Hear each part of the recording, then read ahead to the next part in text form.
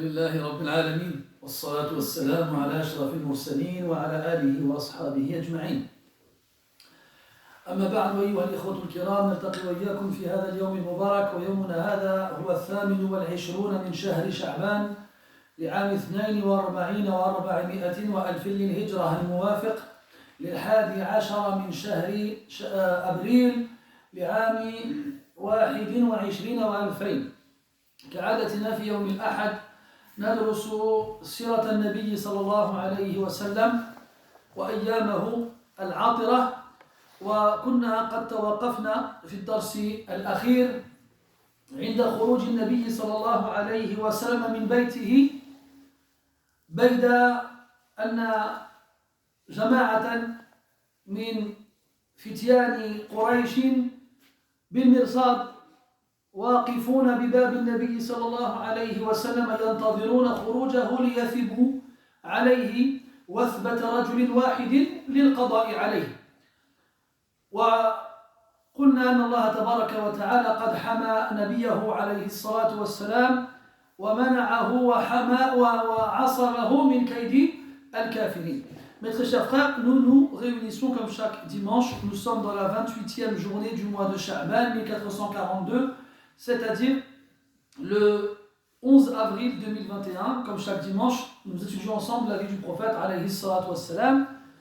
Et nous nous sommes arrêtés lors du cours précédent à la sortie du prophète sallallahu alayhi wa sallam de chez lui durant la nuit pour quitter la Mecque. Donc on avait vu ensemble que ça y est, l'ordre de la hijra avait été donné et que la plupart des musulmans avaient quitté la Mecque pour se rendre à Médine, et que seul le prophète alayhi salatu wassalam ainsi qu'Abu Bakr, Suhaib, Zayd et Ali étaient restés pour des fonctions bien précises, ainsi que al-mustad'afin, c'est-à-dire les musulmans qui n'ont pas pu quitter la Mecque car on les a contraints de rester. Et on avait vu ensemble que Quraysh avait manigancé et avait donc décidé de former un groupe de jeunes de Quraysh, vaillants, forts, issus de lignées nobles, pour assassiner le prophète alayhi salatu wassalam. On avait donc parlé comment le prophète avait pu sortir de chez lui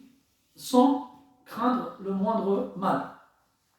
D'ailleurs, on n'a pas évoqué un point important, c'est-à-dire que le prophète, on avait dit qu'il avait demandé à Ali radiyallahu anhu de prendre sa place, de se coucher à sa place, de se couvrir avec une cape yéménite de couleur verte qu'on connaissait au prophète alayhi salatu wassalam, et que donc le groupe d'assassins qui était posté à l'entrée de la demeure du prophète alayhi salatu wassalam était là à attendre qu'il ne sorte, comme à son habitude, à la moitié de la nuit pour aller prier devant la Kaaba. ألقى الله تبارك وتعالى عليهم النوم فلم يشعروا بأنفسهم حتى طلع الفجر أو أشرقت الشمس. Allah تبارك وتعالى les a endormis. Il les a endormis. Et ils ne s'en sont rendus compte que lorsque le soleil s'est levé. Entre-temps, le prophète il sort. خرج من بينهم ولم يشعر به أحد حيث إن غرق أو إن غرق في نوم عميق. Personne d'entre eux n'a pu sentir le passage du prophète car il était noyé dans un sommeil profond. وجاءت الروايات أن النبي صلى الله عليه وسلم حين خرج من بينهم جعل يحثو على رؤوسهم التراب ويتلو قول الله تبارك وتعالى وجعلنا من بين أيديهم سدا ومن خلفهم سدا فأغشيناهم فهم لا يبصرون. لما طلعت الشمس وانتبهوا من غفلتهم واستيقظوا من رقدتهم دخلوا واقتحموا الباب ووثبوا على النائم الذي يظنونه محمدا عليه الصلاة والسلام، فإذا به علي، فجعلوا يسألونه ماذا فعل صاحبك؟ وكان النبي قد أخبر عليا قبل ذلك أنه لن يصيبه مكروه، ولم يخبره النبي صلى الله عليه وسلم بتفاصيل الخطة فكان علي رضي الله عنه حقا جاهلا بما جرى فجعل يقول لا علم لي به فسحبوه من فراشه وضربوه وأخذوه حتى أتوا به الكعبة وأوقفوه هنالك مدة يسألونه فلا قدرة له على الإجابة حتى آيسوا منه وتركوه حيث تيقنوا أن جدوى من مساءلته. Après donc que le soleil se soit levé, ou du moins avant, pardon, donc on a dit qu'Allah Ta'ala les a endormis. On avait déjà parlé ensemble, vous vous souvenez du fait de s'endormir. On avait dit qu'Allah Ta'ala il dit dans un verset de Al-Imran ثم أنزل عليكم من بعد الغم أمنة نعاسا. On avait dit que le sommeil soit il vient de la part d'Allah Azza wa Jal et il sera une paisibilité, une paix pour la personne. Ou soit il vient du shaitan pour t'empêcher de faire les choses correctes. Comme dans le hadith, quand tu vas te coucher, يعقد الشيطان على قافلة أحدكم ثلاثة عقد ثم يقول له عليك ليل طويل نم. Le diable, avant que tu ailles te coucher, il vient nouer à ta nuque 3 nœuds et te dit passe une longue nuit, dors bien. Et ils nous disent que c'est Morphée qui vient nous bercer. Vous connaissez la mythologie grecque, leur déesse des rêves et du sommeil. Ou bien pour les enfants, ils leur disent c'est le marchand de sable. Il n'y a pas de Morphée, il n'y a pas de marchand de sable. C'est le shaitan. Il veut que tu dormes, lui. Il ne veut pas que tu te réveilles. Ni pour prier, ni pour faire qiyam al-layl, ni pour prier al-subh, à l'heure. Et ils ont demandé au prophète, alayhi salatu wa sallam, ma balu rajulin nama hatta asbah, min ghayri an yas'u. فقال عليه الصلاة والسلام ذاك رجل بال الشيطان في أذنيه في رواية في أذنه. Ils ont demandé au prophète sallallahu alayhi wa sallam que dire d'une personne qui a dormi jusqu'au matin sans se réveiller. Je lui ai répondu c'est une personne dans l'oreille de laquelle le diable a uriné. Alors si tu es satisfait de servir de toilette au diable, dors bien. Al-Muhim, juste une petite parenthèse parce que c'est le Ramadan, ça y est, c'est aux portes, c'est bientôt, Inch'Allah Ta'ala, Inch'Allah Ta'ala, nuballighana Ramadan, parce que c'est jamais une certitude. J'en parlais avec des frères tout à l'heure, je leur disais que pour beaucoup de musulmans, malheureusement, le Ramadan aujourd'hui c'est devenu un fardeau. Quand on leur dit que le Ramadan il arrive, ils se disent oh là là, on va jeûner, on va devoir se réveiller tôt, on va devoir faire la prière. Pour eux c'est lourd. Mais en vrai c'est lourd pour beaucoup de gens.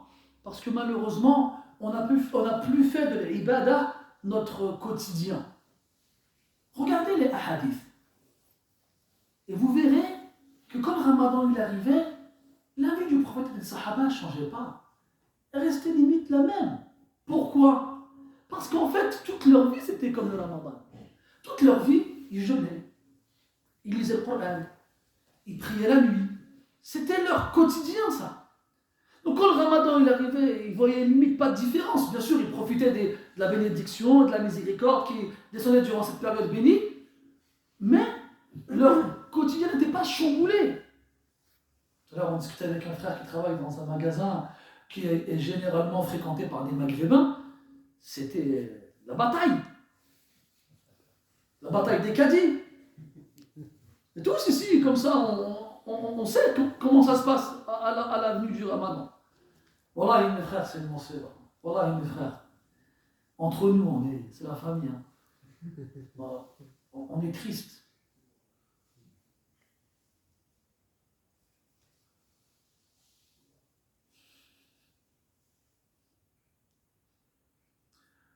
On est triste de voir ce qu'on était.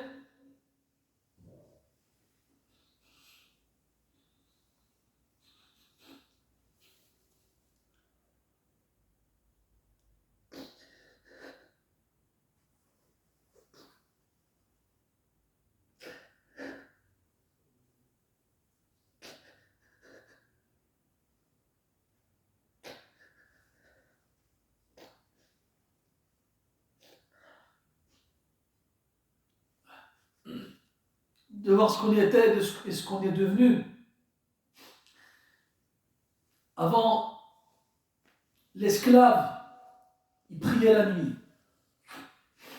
Avant, seul l'hypocrite ratait la prière de subh à la mosquée.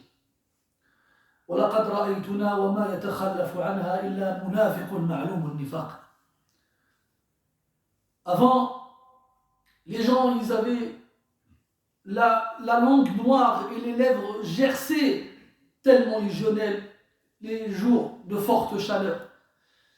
Avant, les gens, ils avaient presque foré des tranchées dans leurs joues, tellement ils pleuraient. Avant, les gens, ils avaient la peau sur les os. Ils avaient quelques vêtements pour couvrir leur nudité. Le prophète, il interdit aux compagnons de s'asseoir bil-ihtiba. Vous savez, l'ihtiba, c'est quand vous asseyez comme le frère, là, vous rapprochez vos cuisses vers votre poitrine en mettant vos mains. Pourquoi est-ce qu'il leur a interdit de faire ça? Parce qu'ils n'avaient pas de vêtements. Ils avaient juste un pagne. Ils n'avaient pas de sous-vêtements en dessous. C'était une position qui pouvait favoriser que les parties intimes soient visibles. Il y a un hadith où le Rasoul a l'interdiction de s'allonger dans la mosquée avec une jambe sur l'autre. C'était pour la même raison. Il y a un compagnon qui a dit au prophète: est-ce que l'un d'entre nous peut prier dans un seul vêtement? Et après il s'est énervé, il a dit: awalikullikum thawban, est-ce que vous avez tous deux vêtements? Quand Allah il a révélé dans le Coran: thumma latus'alunna yawmaidhin 'anil na'im, puis vous serez interrogés ce jour-là sur le délice. Zubayr ibn al-Awwam il a dit: wa ayu na'imin hu in huwa illa al-aswadan al-ma' wa at-tamr. Quel délice! Nous ne mangeons que les deux noirs, l'eau et les dattes. Quel délice!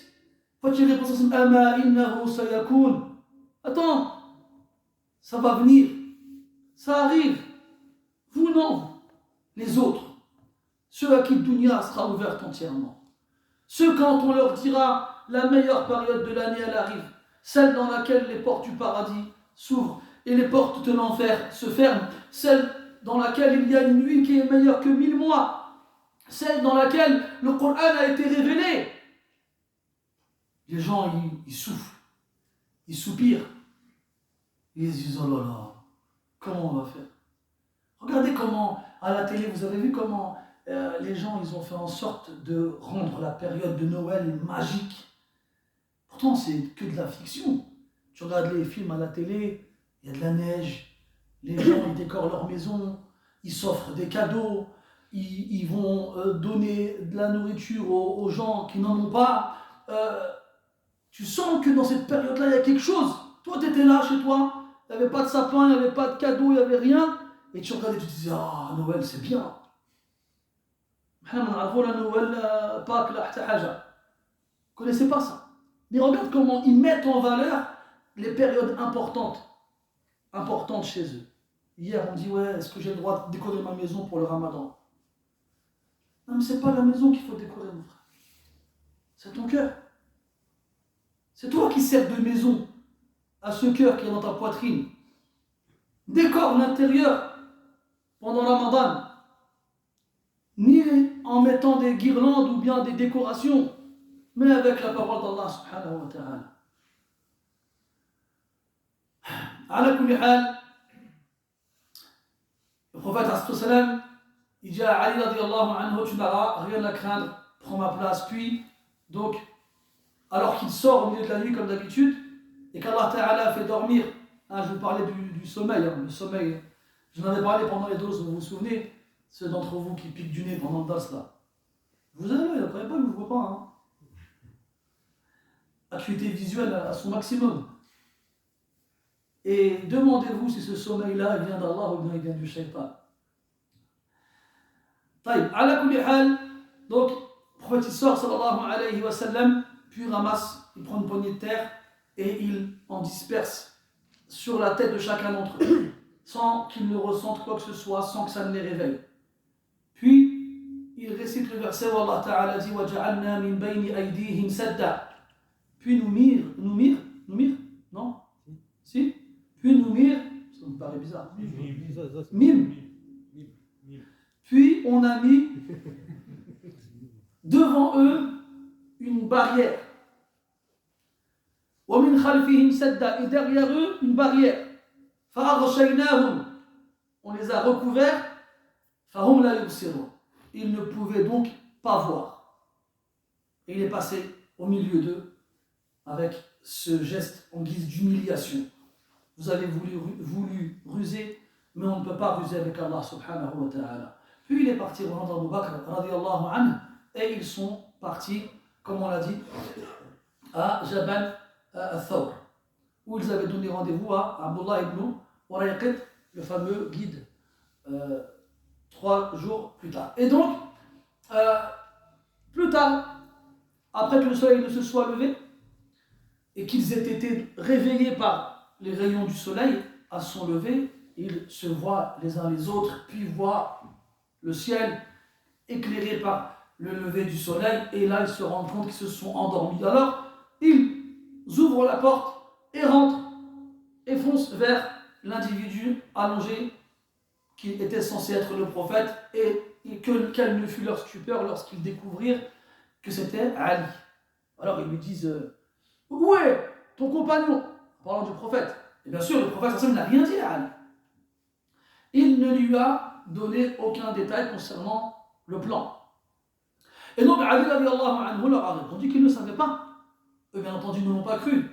Alors, ils l'ont sorti du lit, ils l'ont frappé et ils l'ont ramené à la Kaaba, devant laquelle ils l'ont interrogé pendant un certain temps, mais sa réponse restait la même: La ilma li bihi. Je ne sais pas ce qu'il est advenu de lui. Alors, ils ont fini par abandonner et ils l'ont laissé. Ils ont été rejoindre le reste de Quraysh pour leur dire ce qu'il s'est passé, pour leur faire un rapport. Et là, Abu Jahl, il ameute tout le monde. Et il demande à tout le monde d'ameuter tout le monde. Et là, il lance une mise à prix. Il dit que toute personne qui nous les ramènera, mort ou vif, il aura 100 chameaux pour chacun d'entre eux. Là, bien sûr, tout le monde part. Tout le monde part à leur recherche. Entre-temps, le prophète, avec Abu Bakr, ils arrivent à Jabal al-Thawr, dans laquelle se trouve une grotte. Avant d'y entrer, Abu Bakr radiyallahu anhu يدخل الغار ويتفقد نواحيه حتى يتأكد عدم وجود الخطر. Abu Bakr radiyallahu anhu dit au prophète sallallahu alayhi wa sallam: Attends, je vais d'abord rentrer en premier pour être sûr qu'il n'y a aucun danger. Et chaque fois, كلما مر على حفرة سدها. كيف كان يسدها؟ كيف يمزق أطراف ملابسه حتى يسد هذه الحفر مخافة أن يختفي فيه أو تختفي فيه عقرب أو شيء من هذا القبيل. Et Abu Bakr radiyallahu anhu, chaque fois qu'il voit un trou qui est susceptible d'abriter un scorpion ou un animal dangereux, il déchire des morceaux de ses vêtements pour combler le trou. Mais il n'a plus de quoi déchirer ses vêtements et il reste un trou vide. Alors comment il va le combler? En y mettant son pied. Puis il dit au prophète de rentrer, de s'installer, comme ils n'ont pas pu se reposer, le prophète il pose sa tête sur les cuisses d'Abu Bakr et il s'endort. Et entre-temps, le trou dans lequel Abu Bakr radiyallahu anhu a mis son pied cachait un scorpion. فجعلت العقرب تلدغه مرات وكرات وأبو بكر لا يتحرك مخافة أن يستيقظ النبي صلى الله عليه وسلم. Donc le trou en question dans lequel Abu Bakr a mis son pied radiyallahu anhu abritait un scorpion. Et ce scorpion s'est mis à piquer le pied d'Abu Bakr plusieurs fois consécutives, et Abu Bakr ne bouge pas. Il ne veut pas réveiller le prophète. Abu Bakr, c'est un humain qui ressent la douleur. Et à défaut de se contrôler pour ne pas bouger, ses larmes, elles coulent. Et elles tombent sur le visage du prophète sallallahu alayhi wa sallam. Et elle le réveille. Il le voit en train de pleurer, il dit, mais qui est Abu Bakr? Pourquoi pleures-tu? Et il lui répond, Aqrab la darabni. C'est un scorpion qui m'a piqué. Et le prophète sallallahu alayhi wa sallam, il a mis sa salive avec sa main sur son pied, il a fait dua à Allah. Et entre-temps, bien sûr, les gens qui étaient à leur recherche se rapprochent d'eux. Et là, طبعا, on a la fameuse histoire de l'ghar. كيف كان الغار؟ هل الغار كما يتصور الناس له مدخل يدخل فيه الإنسان مدخلا عاديا أم هو عبارة عن حفرة نزلوا فيها؟ Cette fameuse question, comment cette grotte était-elle? Est-ce que dans l'image générale que les gens ont des grottes, c'est une entrée classique dans laquelle on rentre normalement, ou plutôt une sorte de gouffre, une sorte de trou dans lequel on descend? Et là on a les fameuses versions. Il y a la version classique, la version connue, et il y a la version authentique. La version connue, c'est que c'était une entrée classique devant laquelle une colombe a installé son nid et une araignée a tissé sa toile. هذه الرواية موجودة ومشهورة لكنها لا تصح وهي تخالف المنقول الذي أتانا عن طريق صحيح. Cette version-là, malgré le fait qu'elle soit connue et répandue, n'est pas authentique. Et elle existe, hein, ce n'est pas une version qui n'existe pas. Laquelle le fait qu'elle existe ne signifie pas qu'elle est bonne.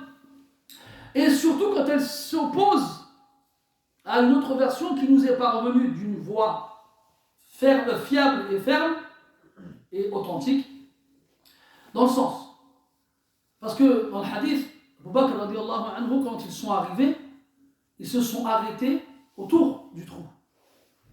حتى قال أبو بكر رضي الله عنه يا رسول الله لو نظر أحدهم إلى قدميه لأبصرنا. Il a dit ya Abu Bakr, ya Rasulallah, si l'un d'entre eux regarde ses pieds, il va nous voir. ما في لا بيت عنكبوت ولا عش حمامة ولا شيء. Il n'y a pas de toile d'araignée, il n'y a pas de nid de colombe. Et là, le Nabi sallallahu alayhi wa sallam, il voit Abu Bakr mahmoum, maghmoum, hazin, khaif. أتظنون أن أبا بكر خائف على نفسه والله لا تساوي نفسه لديه شيء إنما يحزنه ويخيفه أن يصاب النبي صلى الله عليه وسلم بسوء. Abu Bakr est dans tous ses états. Il est inquiet, angoissé, effrayé, triste. Il a peur. Mais est-ce que vous pensez qu'Abu Bakr a peur pour lui? Wallah, il n'a pas peur pour lui une demi-seconde. Wallah, que son âme pour lui, elle n'a pas la moindre valeur. Tout ce qui compte, c'est que le prophète, on ne le touche pas et aucun mal ne lui arrive. C'est tout ce qui compte pour Abu Bakr. Et le prophète sallallahu alayhi wa sallam, il lui rassure. Il dit, Ya Abu Bakr, ma dhannuka bithnayn, Allahu thalithuhuma. Oh Abu Bakr, n'aie pas peur. La tahzan, ne sois pas triste. Que penses-tu de deux individus dont Allah est le troisième? قال الله تبارك وتعالى إلا تنصروه فقد نصره الله إذ أخرجه الذين كفروا ثاني اثنين إذ هما في الغار إذ يقول لصاحبه لا تحزن إن الله معنا فأنزل الله سكينته عليه وأيده بجنود لم تروها. الآية. Puis Allah tabaraka wa ta'ala a révélé dans Surat At-Tawbah ce verset où il dit, si vous ne venez pas à son secours, Allah l'a déjà secouru. Lorsque ceux qui ont mécru l'ont expulsé, l'ont amené à sortir, et lorsqu'il dit à son compagnon, c'est le prophète qui dit à Abu Bakr, et qu'Allah tabaraka wa ta'ala أثبت صحبة أبي بكر في قرآن قرآن يتلى إلى أن يرث الله الأرض ومن عليها فتبا وسحقا لمن يزعم خلاف ذلك. Allah tabaraka wa ta'ala, il a appuyé et confirmé le statut de compagnon au prophète d'Abu Bakr radiyallahu anhu dans le Coran, dans un verset que tous les musulmans lisent et récitent jusqu'à la fin des temps. Quand Moussa alayhi salam, il arrive devant la mer Rouge et que Banu Israël se retourne et qu'il voit Pharaon et son armée arriver. فلما ترى الجمعان قال أصحاب موسى إنا لمدركون. Lorsque les deux factions se virent l'une l'autre, les compagnons de Moussa s'écrièrent قال أصحاب موسى إنا لمدركون. Ils vont nous rattraper. قال كلا إن معي ربي سيهدين. Il a dit non, Allah est avec moi, il va me guider. Le prophète a dit à Abu Bakr radiyallahu anhu, la tahzan, inna Allah ma'ana. Il est avec nous. Moussa il a dit inna ma'i ya rabbi. Allah, il y a avec moi mon Seigneur. An-Nabi il a dit inna Allah ma'ana. Et ce na là, il vaut tout l'or du monde. Et il te montre qu'Abu Bakr tout seul, radiyallahu anhu, il est meilleur que tous ceux qui ont accompagné les autres prophètes avant le prophète sallallahu alayhi wa sallam. Wa radiyallahu anhu. Inna Allah ma'ana. فأنزل الله سكينته عليه. Allah a fait descendre sa sérénité, sa sakina sur lui. Sur qui? Qui avait besoin d'être rassuré? Abu Bakr radiyallahu anhu. Abu Bakr. Omar il disait, après la mort du prophète sallallahu alayhi wa sallam, Wallahi, une nuit d'Abu Bakr avec le prophète dans la grotte, elle est meilleure que Omar et toute sa famille entière. Une nuit. Ala kulli hal, Abu Bakr il est triste, il a peur, mais Allah Ta'ala il fait descendre sa sakina sur lui. Le prophète il est calme, il est serein, il sait qu'il n'a pas à s'inquiéter, il sait qu'Allah le protège, Wallahu ya'asimuka minan nas, et que rien ne va lui arriver. Ils étaient là au-dessus de lui et ils n'ont non seulement ils ne l'ont pas vu, mais ils n'ont rien pu lui faire. Toujours ne frères et Wallah, on a beau être dans les moments les plus difficiles, les circonstances les plus douloureuses, on a beau croire être dans les plus bas-fonds, les plus faibles, les plus démunis, les plus abandonnés, les plus vulnérables et les plus fragiles, il faut toujours garder en tête Inna Allah ma'al ladhina attaqaw wal ladhina hum muhsinun. Allah Ta'ala il est avec ceux qui craignent et ceux qui sont vertueux, ceux qui sont bienfaisants. Et celui qui a Allah avec lui, il n'a pas à s'inquiéter, ni à s'angoisser, ni à avoir peur. Voilà, il y a un dars, une leçon pour tous les musulmans dans ce voyage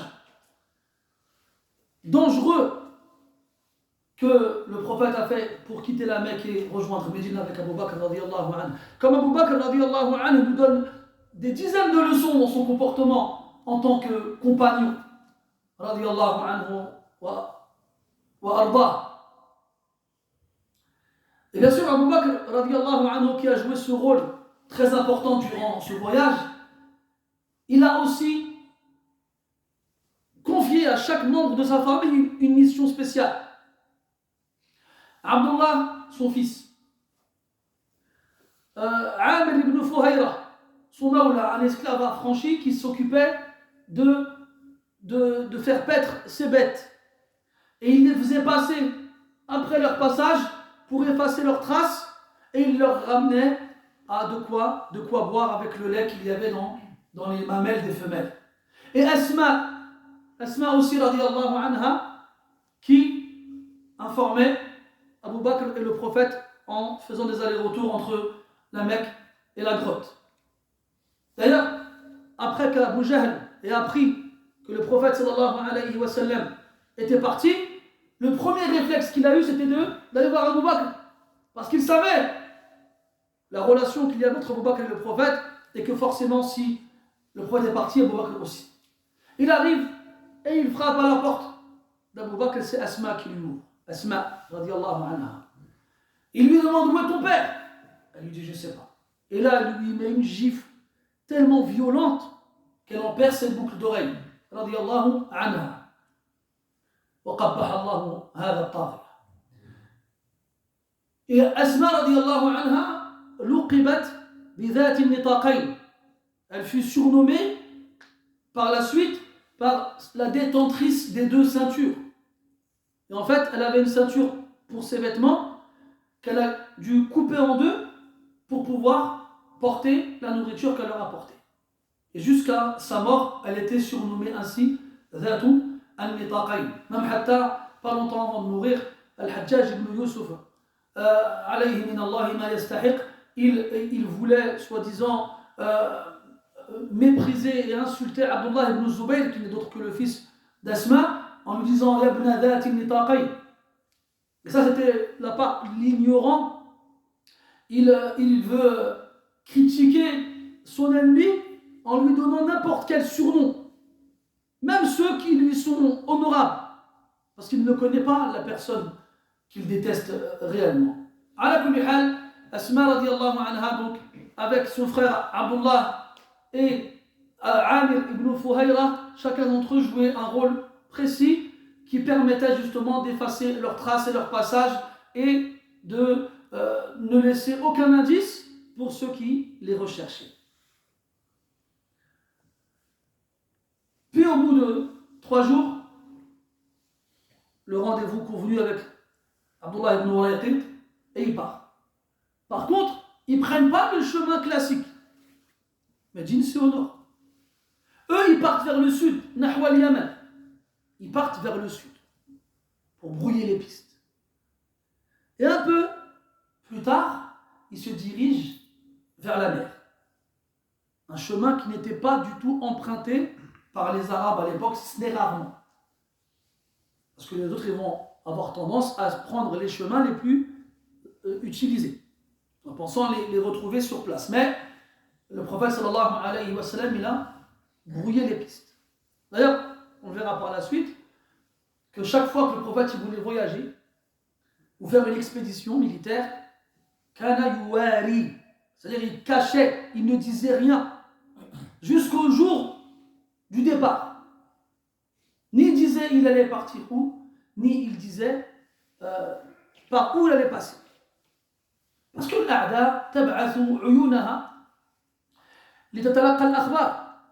Parce que les ennemis, toujours, ils envoient leurs espions à la recherche d'informations. Donc lorsque le croyant il est en danger, ou bien il craint qu'un mal peut lui arriver, il doit être discret et ne pas attirer l'attention sur lui et ne pas parler à n'importe qui. À n'importe qui.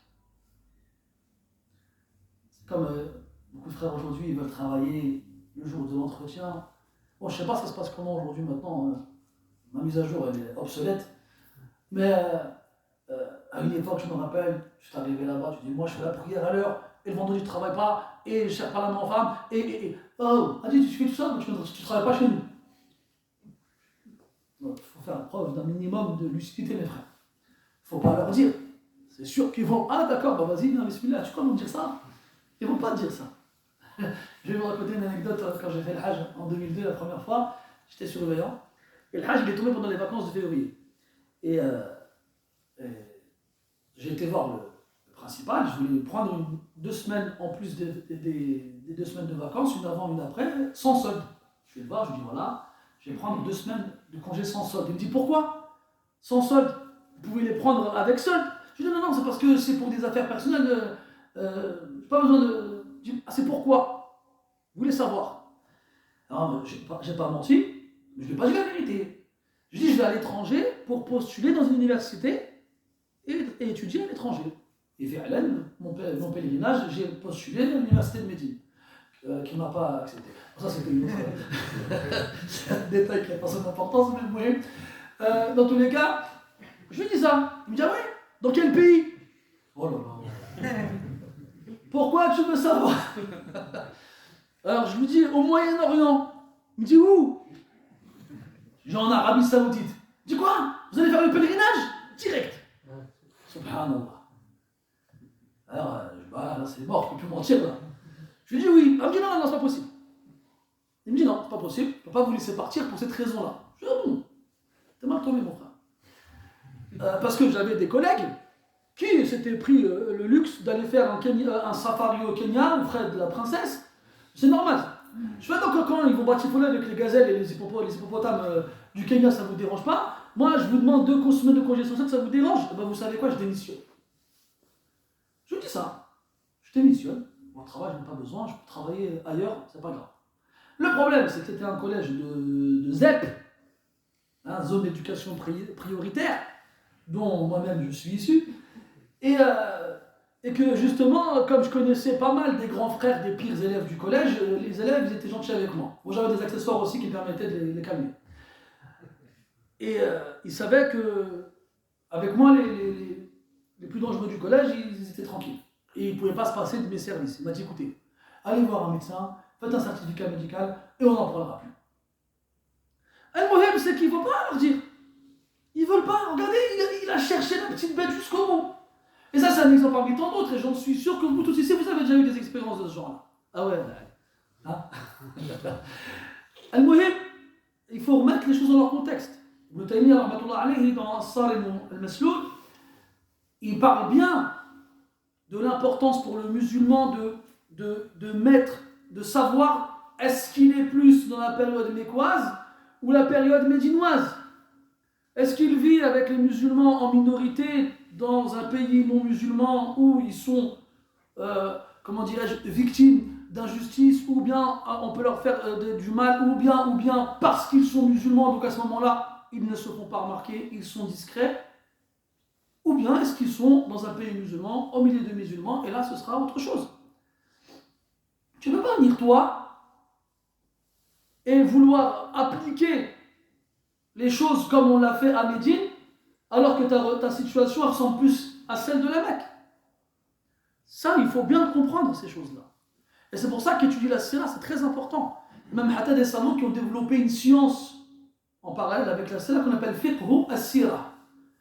C'est la science de la sira. C'est qu'est-ce qu'on va déduire et extraire comme leçon, comme morale, comme règle de la vie du prophète qui vont nous permettre à nous, en tant que musulmans, justement, de vivre en fonction de notre situation.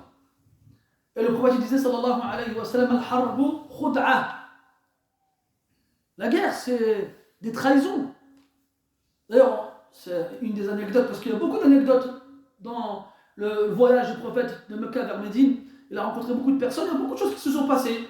Donc si on voulait rentrer dans le détail, on resterait dessus longtemps.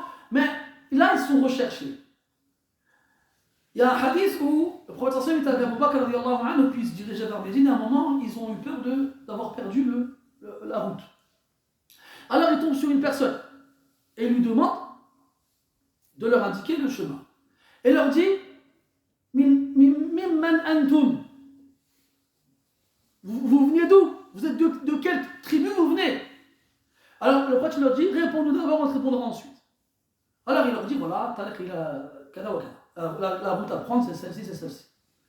Après il leur dit Mimman antum. Après il leur a répondu Nahnu min ma'. Thumma taraka. Il lui a répondu on vient de l'eau. De l'eau. Allah dit dans le Coran وَجَعَلْنَا مِنَ الْمَاءِ كُلَّ شَيْءٍ حَيٍّ. Nous avons fait de l'eau toute chose vivante. Chauffe. T'as pas dit on vient de la Mecque. Ah, tu viens de la Mecque. Vous êtes les deux que les gens ils sont en train de rechercher. Bougez pas. Non. Soyons lucides, soyons intelligents. نَحْنُ مِنْ مَاءٍ. Et regarde comment il lui a répondu sans mentir et sans lui dire ce qu'il voulait entendre. نَحْنُ مِنْ مَاءٍ. Et il est parti. Il n'a même pas cherché à savoir comment il va comprendre l'information. Non. Et l'homme, il était min ma'in Iraq, min ma'in Najd, min ma'in Hijaz. Il commençait à se poser des questions de quelle eau il parle. L'eau de l'Irak, du Hijaz, de quelle eau il parle? Et il l'a laissé comme ça. Et donc on apprend beaucoup de choses. C'est comme toi là. Tu es au travail, tu veux aller à la mosquée. Et tu tombes sur ton patron. Tu vas où? Tu vas à la mosquée, dis-moi. Tu vas à la mosquée? Eh ben reste 2 pas peine de revenir. Non. Tu dis je vais aux toilettes. Et va aux toilettes. Va aux toilettes, lave-toi les mains, fais-toi de rachis devant le miroir. Hein. Regarde si t'as pas du sport entre les dents. Ouah. Et tu n'auras pas menti. Mais toi, tu viens, tu fais ci, tu fais ça. Là, les frères. Ah. Oh là, on en a entendu des vertes et des pas mûres. Et à cause de beaucoup de bêtises de ce genre-là, ben, il y a plein de gens qui vont subir les conséquences de ces bêtises-là. Moi, j'ai travaillé à l'aéroport de Roissy à une époque où tu priais normalement dans les vestiaires, personne ne parlait avec toi. Personne. Moi, je me rappelle, à Air France, on priait dans un couloir qui n'était pas emprunté en général, et alors qu'on priait, il y a des gens qui sont passés, ils nous ont vus, se sont arrêtés, ils ont entendu qu'on fasse la prière. Ils nous ont rien dit. Ils nous ont rien dit. Puis après, c'est passé des choses, et vous savez maintenant, pour ceux qui travaillent à Roissy, ça se passe comment? C'est ça le problème. C'est comme dans le verset, quand Moussa dit Atuhlikuna bima fa'ala as-sufaha'u minna, vas-tu nous anéantir à cause de ce que les sots d'entre nous ont fait? Et nous, on ne doit pas laisser les sots agir. On doit les stopper, arrêter de faire n'importe quoi. Mais non, il travaille à l'aéroport, il fait l'Adel. Et voilà, dis voilà, je fais l'Adel. Mais c'est pas possible de faire des choses pareilles. Bon, il faut vraiment quand même réfléchir et ne pas oublier les circonstances dans lesquelles nous vivons. Aujourd'hui, tu pries à la gare, les gens ils appellent la police. Tu vas prendre le train, tu pries juste avant. Ils vont se dire, ouais, il fait la dernière prière lui avant de. C'est ce qu'ils vont se dire. Eux, ils réfléchissent pas comme nous. Toi, t'es comme ça, tu sais que tu dis quoi? Je vais faire la prière tranquille avant de prendre le train. Machallah. Oh, mais tu sais pas qu'il y a des gens, ils vivent dans la psychose. Ils vivent dans la psychose. Nous, on a vécu une époque où c'était tranquille. Il n'y avait pas ça. Une autre fois, j'étais éducateur dans une école primaire. J'avais, à l'époque, les téléphones, on pouvait mettre, c'était les premières générations de téléphones, où tu pouvais mettre les sonneries que tu voulais, toi. Donc moi, j'avais mis l'Aden comme sonnerie. Ça remonte à 2001, ça. Premier jour dans l'école primaire, la directrice me fait faire le tour des classes qu'on me présentait. Donc je fais le tour des classes. J'arrive à la dernière classe, une classe de CM2, et la directrice, elle me dit, bah, tu sais quoi, présente-toi directement. Alors moi, je me mets devant la classe comme ça, j'ouvre la bouche pour parler, au moment où j'ouvre la bouche, j'entends quoi? Allahu Akbar, Allahu Akbar. Mon téléphone, il sonne. Voilà, je cherche dans mes poches comme ça, et pendant que je cherche, bien sûr, la dernière continue, et les enfants, bon ça va, c'était des tsawana, ils ont commencé à rigoler, oh c'est un frère, le éducateur. Oui, je sors mon téléphone, je l'éteins, je suis comment dirais-je, perturbé, je parle comme je peux, mais elle m'en a pas parlé, la directrice. Un gars qui walou. Mais aujourd'hui, comme franchement, ça se passe comment aujourd'hui? Sophia, ça se passera pas pareil. Donc il faut réfléchir. Et donc là, dans une histoire de la vie du prophète qui peut paraître pour nous, entre guillemets, décalée dans le sens où c'est pas des choses qu'on vit, si jamais on fait la hijra, ça se passera pas de la même façon. On va prendre l'avion, on va à une maison au pays dans lequel on va. Et pourtant, il y a plein de leçons qui sont très d'actualité. Et c'est pour ça que cette révélation, c'est la dernière et on n'a pas besoin d'une autre révélation. Parce que elle est bonne, saliha li kulli makanin wa zaman.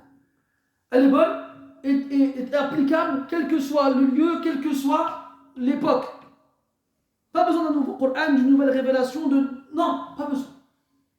Le Coran est le dernier livre et le prophète est le dernier des messagers. Alayhi salatu wassalam. Toujours, on revient donc au voyage et les différentes personnes intéressées par la récompense cherchent. Et là, il y en a un qui se rapproche. Suraqa, qui va devenir musulman par la suite. Suraqa, radiyallahu anhu, mais à ce moment-là, il n'est pas encore. Lui, subhanallah, il approche du prophète sallallahu alayhi wa sallam. Abu Bakr radiyallahu anhu, كان يكثر الالتفات وكان يقف خلف النبي صلى الله عليه وسلم تارة وأخرى أمامه وأخرى عن يمينه وأخرى عن يساره يخاف على النبي صلى الله عليه وسلم أن يتعرض له أحد ليناله بسوء ومكروه. Abu Bakr radiallahu anhu, il se retournait beaucoup. Il avance, il se retourne. Il avance, il se retourne. À un moment, il se met devant le prophète. Et il regarde à droite, il regarde à gauche. À un moment, il se met derrière lui. Et il regarde derrière. À un moment, il se met à droite. À un moment, il se met à gauche. Il a peur pour le prophète. Et le prophète, serein. Il marche, il regarde devant lui, il se retourne. Et là, Suraqa, il approche. Mais qu'est-ce qui se passe alors qu'il approche? Il est sur son cheval. Eh bien, son cheval, comment on dit, il cambre? Non, pas il cambre. Il se pose. Il y en a qui disent que ses pieds, ses pattes, elles se sont prises dans la terre. D'autres qui disent qu'il s'est arrêté net et qu'il s'est posé. Là, Suraqa, il y a quelque chose d'anormal. فأخذ كنانته وجعل يستقسم بالأزنام فخرج ما يكرهه فعصى الأزنام وصر على اتباعهما. Suraqa, il voit ce qui se passe avec le cheval, il dit il y a quelque chose d'étrange. Il prend son carquois, on dit comme ça le carquois, on met les flèches. Je sais même plus, wallah. Moi quand je parle en français, on dirait je suis dans le noir et je marche comme ça. Je sais pas, parce que ça sort tout seul, je sais pas comment ça sort. Il prend son carquois et il prend les pointes de ses flèches, une de chaque couleur, puis il secoue le carquois et il lance pour voir laquelle des deux pointes va sortir. C'était un moyen pour eux de prendre des décisions. Ça rentre dans At-Tatayur, dans les superstitions. Donc lui il avait dit si jamais telle pointe elle sort, je les suis, si jamais c'est l'autre, je rebrousse chemin. Eh bien c'est celle qui lui dit de rebrousser chemin qui est sortie. Mais lui il est tellement intéressé par la récompense qu'il n'écoute pas ce que la pointe de la flèche lui a dit. Alors il reprend chemin et là à nouveau son cheval s'arrête net. Soit ses pattes elles sont prises dans la terre, soit il s'arrête. Et là il comprend qu'en fait il ne pourra pas le rejoindre. Alors il appelle le prophète Abu Bakr radiallahu anhu. Yunadihima bil aman. Il demande sécurité en leur disant qu'ils n'auront rien à craindre de sa part, comme il leur demande la sécurité parce qu'ils savaient qu'ils étaient protégés par Allah Ta'ala et qu'ils ne pourraient rien leur faire. Alors, ils approchent, et là, Suraqa, il leur dit, je vais rebrousser chemin, et je vais dire à tout le monde de ne pas venir dans cette direction-là, parce qu'il a déjà fait le tour et il n'y a personne. Et en échange, vous invoquez Allah pour pas qu'il m'arrive de mal.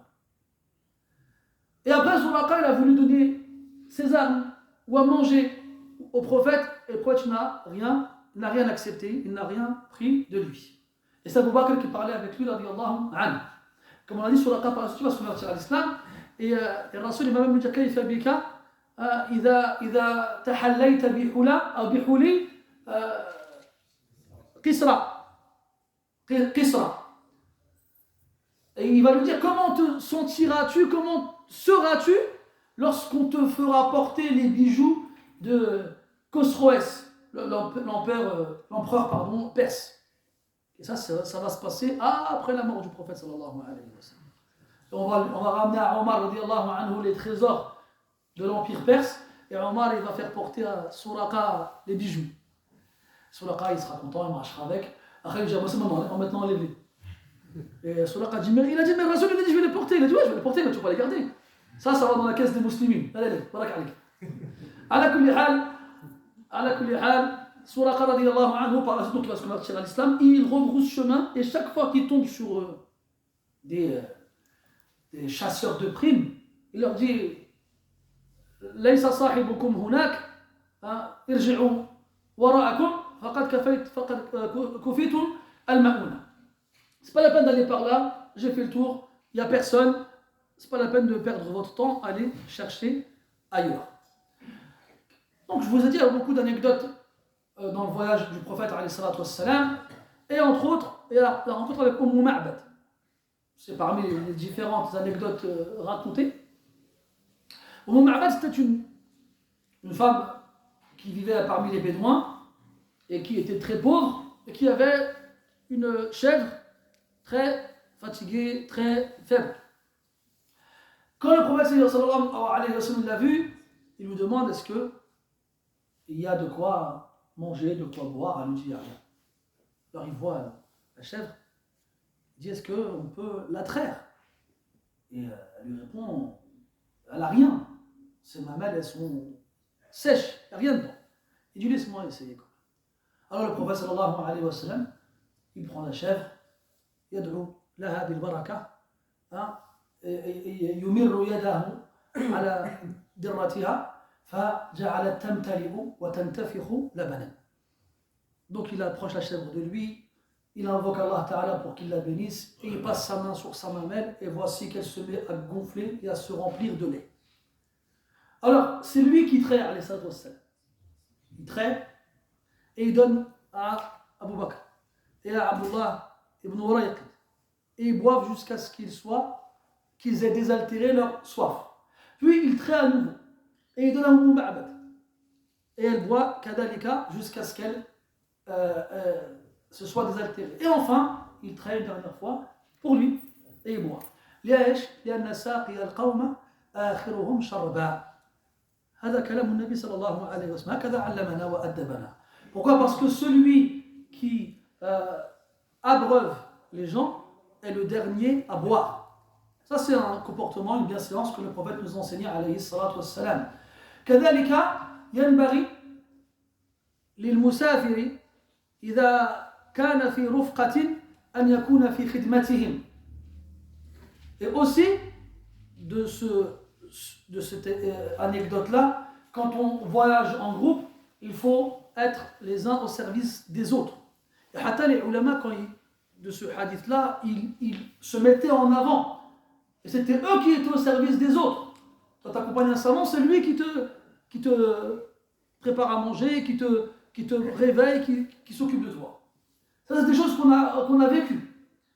Et hatta Abdullah ibn Umar, مثلا, radiallahu anhuma, lorsque quelqu'un voulait l'accompagner pour le pèlerinage, كان يشرط عليه أن يكون هو في خدمته وإلا فلا يريده رفيقا في سفره.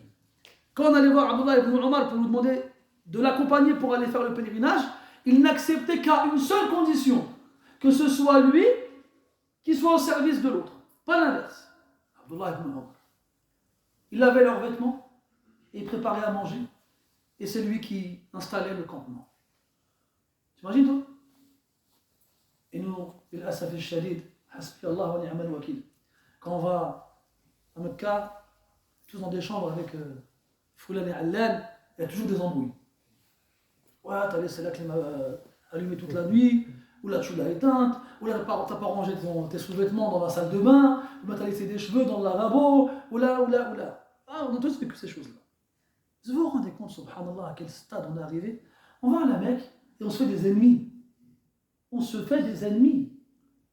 Moi, une fois, j'ai emmené un groupe en Umrah, et un frère, il m'a dit, j'exige, avec le X, qu'on me change de chambre. Ouais, bien que la baisse. J'ai vu un cafard dans ma chambre. J'ai dit, Wallah, moi j'ai grandi avec les cafards. Ils s'entendaient très bien. Ah ouais, à une époque, à Aulnay, les cafards c'était la mascotte. Mais c'est bien en vrai, parce que tu grandis avec, c'est adi. C'est pas aujourd'hui nos enfants, t'as vu les enfants, t'as vu? Ça y est, il voit une mouche rentrer dans la maison, ça ira, il va mourir. À la Koulihal, tu te rends compte toi? J'exige de changer de chambre, vous nous avez trompés, bande de traîtres, de menteurs, vous nous avez dit un étoile, un hôtel, je sais pas combien d'étoiles, je sais pas combien il y a des cafards dans l'hôtel. Voilà. Ya Salah, avant les gens dormaient par terre. Moi une fois j'ai vu un Afghan dormir par terre sur le marbre du haram. J'ai jamais vu quelqu'un dormir aussi bien. Je l'ai envié, wallah. Il était bien, il était comme ça, il souriait, il devait penser au rocher sur lequel il dormait là-bas à Kaboul. Il a dit voilà le marbre, il est trop bien, mon cher. Mais toi, quand tu dors sur du Danopilo, tu vas là-bas, tu dis c'est quoi ce. Wa inna lillahi wa inna ilayhi raji'un. Ah, vous savez, je vous mets ça sous forme comique. C'est pour pas recommencer comme tout à l'heure. Al-Muhim, tout ça pour dire que on a vraiment beaucoup de choses à changer, mes frères. Vraiment. savez, on vit dans le luxe, il ne faut pas se mentir. On a beau avoir des F3, des F4, des petits appartements qui peuvent paraître modestes, mais wallah, mes frères, on est des rois. On vit dans le luxe. Et dès qu'on nous enlève 1% de ce luxe, on ne supporte pas. On n'arrive pas. On ne veut pas. On ne veut pas. Alors qu'on est censé être des gens qui vivent d'eau et de dattes. Et venez, pendant le ramadan, on se fait un programme Aswadan. Pas de mloukhia, pas de shabakia, pas de zlabia, pas de harira, pas de shorba. Ils sont en train de se dire, oh, il abuse là. Que dit Tsumar? Yallah, je connais معايا. على كل حال, on n'y arrivera pas. Ah bah oui, moi le premier. Bah, si j'ai pas mon kilo de viande par jour, je vais faire une crise. C'est pas d'hypoglycémie, c'est d'hypo. على كل حال. Donc, Ma'bad, elle, c'était une femme de Sahara, de Badou. Et c'était des gens Fussaha, très très très éloquents. Et après, son mari, Abu Ma'bad, il est venu. Et il a vu la chèvre avec les mains mal pleines. Il dit, Ma khabarukum, qu'est-ce qui s'est passé? Elle lui raconte. Et en fait, il y a un hadith où Abu Ma'bad, elle décrit le prophète sallallahu alayhi wa sallam, une description précise et extraordinaire. Et le hadith, on le trouve notamment dans Shama'il. Et Abu Ma'bad, quand il entend la description que sa femme lui fait, il lui dit, ah, c'est lui que ceux de Mecca, ils recherchent. C'est lui. Il dit, Wallahi, law istata'tu lahaqa bihi, la fa'alt. J'ai par Allah, ici, par la suite, j'ai l'occasion de le rejoindre, je le ferai. Et par la suite, bien sûr, Abu Ma'bad et Abu Ma'bad, ils vont se convertir à l'islam. Et les gens, ils vont venir, même après la mort du prophète, sallallahu alayhi wa sallam, et d'ailleurs, surtout après sa mort, ils vont venir voir toute personne qui est capable de leur décrire physiquement le prophète. Et parmi ceux vers lesquels on venait le plus, il y avait Hind ibn Abi Hala, le frère de lait des filles du prophète, parce que c'était un des enfants de Khadija avec un de ses premiers maris. Et il y avait Ma'bad. Et parmi les hadiths qui sont rapportés, c'est qu'ils ont demandé à Ma'bad, il y en a un qui a dit Hal kana wajhu rasulillahi mithla as-sayf? Est-ce que le visage du prophète était comme une épée? Il y en a qui disent en longueur, il y en a qui disent dans la fermeté. Comme quoi il inspirait la crainte comme l'épée l'inspire. Elle leur a répondu La bal kana wajhuhu mithla al-qamar. Non, au contraire, son visage était comme la lune. Alayhi as-salatu was-salam. Ala kulli hal, ils continuent leur chemin jusqu'à arriver aux alentours de Médine. Et bien sûr, les musulmans, pendant ce temps-là à Médine, ils savent que le prophète il a quitté la Mecque. Et ils attendent son arrivée impatiemment, tous les matins. Dès que le soleil se levait, ils sortaient. Et ils restaient à scruter l'horizon en espérant que la moindre silhouette qui apparaissait soit celle du prophète sallallahu alayhi wa sallam. Et les jours y passent et le prophète n'arrive toujours pas. Et il restait jusqu'à ce que le soleil soit au zénith et le plus dur à supporter. C'était seulement la chaleur qui les renvoyait chez eux. Imaginez toute la matinée comme ça en train d'attendre. Ah, il arrive, il va venir, il arrive, il va venir. Et il y avait des juifs de Médine qui attendaient quelqu'un, lui aussi, et qui est resté après que les musulmans soient retournés chez eux, après que le soleil soit à son point culminant. Et c'est lui qui a vu le prophète Abu Bakr arriver. Et quand il a finalement su qu'il s'agissait d'eux, il s'est mis à appeler Ahl al-Madina. Il dit Ya Ahl al-Madina, ou Ya Ahl Yathrib, hada jiddukum alladhi kuntum tantadirun. Al-Jidd bima'na al-azim. Il s'est mis à hurler, oh vous les habitants de Yathrib, voici la personne importante que vous attendiez tant. Et on sait que le prophète il ne s'est pas arrêté à Yathrib directement. Il s'est arrêté avant d'arriver là-bas, notamment dans la zone où la mosquée de Quba va être construite. Et il va y rester 4 jours. Après, les savants divergent, c'est qu'il s'est arrêté. À la kulli hal, il y en a qui disent chez certains de ses oncles maternels qui remontaient à la femme de son grand-père Abd al-Muttalib, de son grand-père Hashim. À la kulli hal, et c'est donc là-bas que la mosquée de Quba fut bâtie. À ce moment-là que la mosquée de Quba fut bâtie. Cette mosquée à laquelle Allah tabaraka wa ta'ala fait référence dans le Coran, en disant subhanahu wa ta'ala, لمسجد أسس على التقوى من أول يوم أحق أن تقوم فيه رجال يحبون أن يتطهروا والله يحب المطهرين. Une mosquée qui dès le premier jour a été bâtie sur la piété. Masjid Quba. Dans cette mosquée-là, on y trouve des hommes, rijal. Dans le Coran, tu trouves le mot rajul, soit en opposition à la femme, pour désigner le genre de la personne, soit en référence à sa valeur. Et lorsque tu regardes la sifa du rajul dans le Coran, la plupart du temps, elle est en rapport avec la mosquée. La plupart du temps. فيه رجال يحبون أن يتطهروا والله يحب المطهرين. في بيوت أذن الله أن ترفع ويذكر فيها اسمه يسبح له فيها بالغدو والآصال رجال.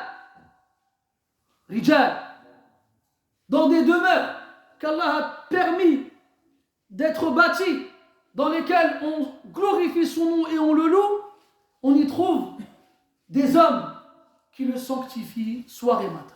رجال لا تلهيهم تجارة ولا بيع عن ذكر الله وإقام الصلاة وإيتاء الزكاة يخافون يوما تتقلب فيه القلوب والأبصار. Des hommes qui ne sont pas distraits par une quelconque distraction jusqu'à délaisser l'évocation d'Allah Ta'ala, l'accomplissement de la prière et le fait de s'acquitter de l'impôt de l'aumône. Des hommes qui craignent un jour dans lequel les cœurs et les regards seront retournés. Cherche les hommes, ce sont ceux qui peuplent les mosquées. إنما يعمر مساجد الله من آمن بالله واليوم الآخر وأقام الصلاة وآتى الزكاة ولم يخش إلا الله فعسى أولئك أن يكونوا من المهتدين. Ne peuplent les mosquées que ceux qui croient en Allah et au jour dernier, accomplissent la prière et s'acquittent de l'impôt et ne craignent personne d'autre qu'Allah. وَلَمْ يَخْشَ إِلَّا اللَّهِ فَعَسَى أُولَٰئِكَ أَن يَكُونُوا مِنَ الْمُهْتَدِينَ. C'est pour ça que la première des choses que les gens faisaient avant, quand ils s'installaient quelque part, c'était de construire la mosquée. La mosquée, mes frères, c'est pas seulement un endroit où on se rend pour faire la prière. Là, la mosquée, c'est là où on élève c'est là où on bâtit des hommes. On bâtit pas des cités, on bâtit pas des bâtiments, on bâtit des hommes. C'est ce que le prophète a fait, sallallahu alayhi wa sallam. Yabni al-rijal wa ghayruhu yabni al-qura, shattana bayna quran wa rijali. Le prophète sallallahu alayhi wa sallam, il bâtissait des hommes quand d'autres bâtissaient des cités. Mais il y a une énorme différence, c'est un énorme fossé entre celui qui bâtit des hommes et celui qui bâtit des bâtiments. Rijal. Wa ma ahwajana ila ar-rujulati ya ayyuha ar-rijal.